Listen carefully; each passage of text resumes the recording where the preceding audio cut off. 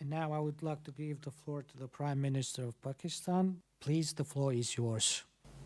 His Excellency Sardar Bardi Mohammadov, President of Turkmenistan, distinguished delegates, Excellencies, ladies and gentlemen, Assalamu alaikum wa rahmatullahi, and a very good afternoon.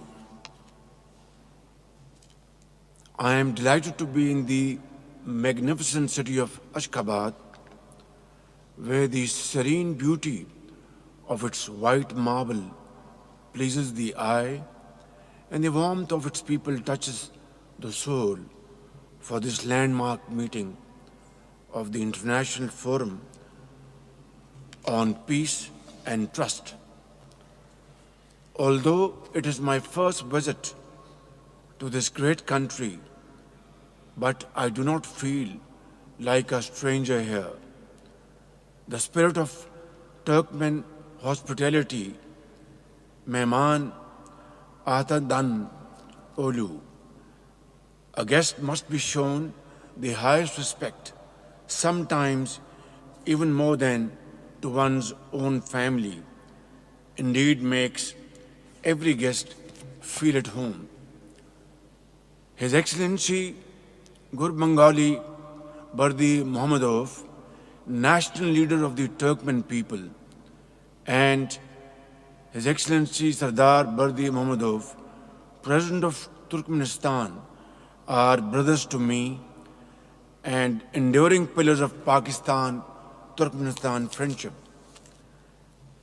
I wish to take this opportunity to felicitate the leadership of Turkmenistan on the 30th anniversary of its permanent neutrality and on the success of its initiative for designation of 2025 as the International Year of Peace and Trust by the United Nations.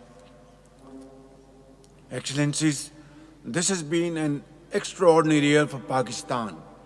We began the year by assuming our place as non-permanent member of the United Nations Security Council, where we are striving to uphold global peace and security. While we persevere in this quest for peace, the scourge of terrorism is, however, raising its head yet again, and this time, unfortunately, Afghan soil. As we are dealing with this menace, we need the international community to urge the Afghan Taliban regime to fulfill its international obligations and commitments and rein in terrorist elements operating from its territory. And in the meanwhile, we are very grateful to our brotherly countries, Qatar, Turkey, Kingdom of Saudi Arabia, UAE and Iran for their sincere desire and efforts to achieve permanent ceasefire, which, as I speak, is still very fragile. Excellencies, peaceful resolution of disputes is a cornerstone of Pakistan's foreign diplomacy.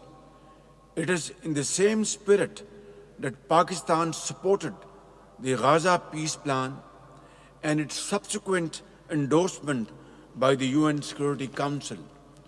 The unanimous adoption of United Nations Security Council Resolution 2788 earlier this year was a strong endorsement of Pakistan's vision for the peaceful settlement of disputes.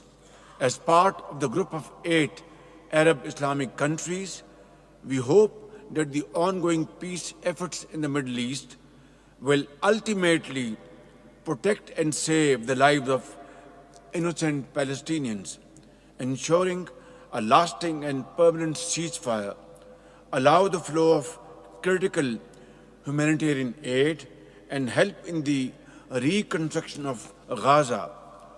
Pakistan has been and shall continue to support all efforts aimed at upholding the inalienable right to self-determination of the Palestinian people, as well as for the brave and resilient Kashmiri people.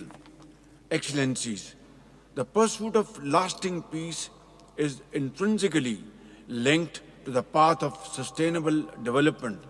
In this regard, the 2030 Agenda for Sustainable Development presents a universal blueprint for a better and peaceful world.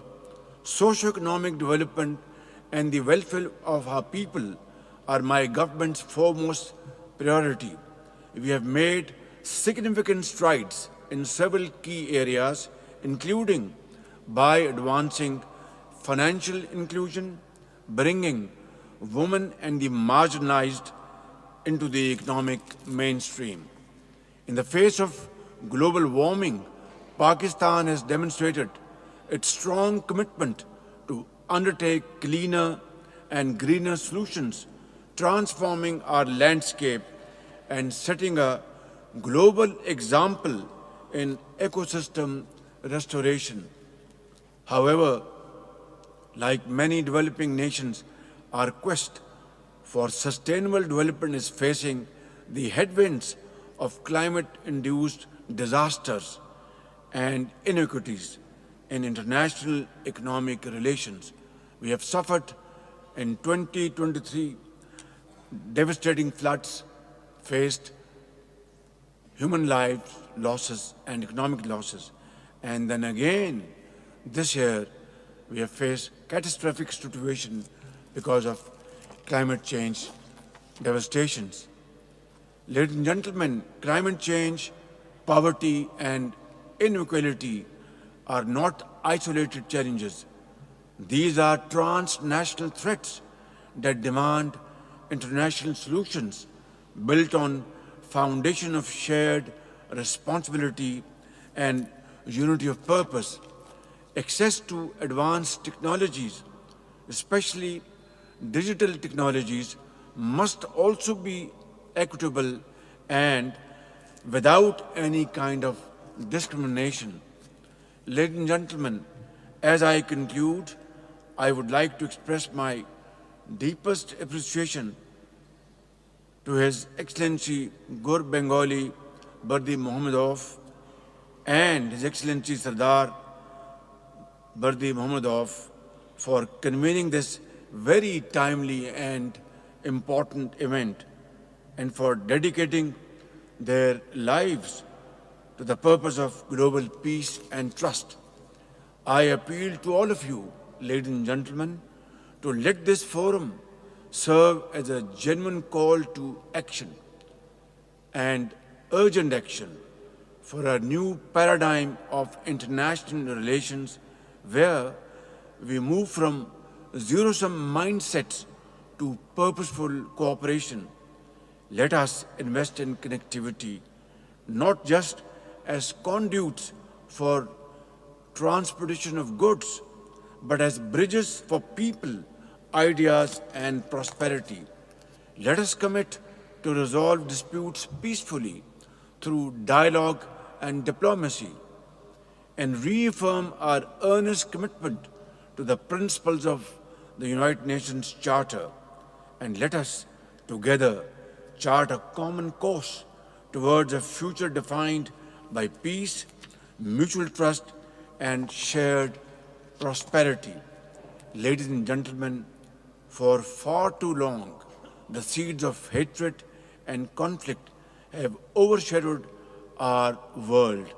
Today, let the dove of peace take flight once more. Filling the air we breathe with its gentle grace and guiding humanity towards a brighter, more compassionate tomorrow. Thank you very much.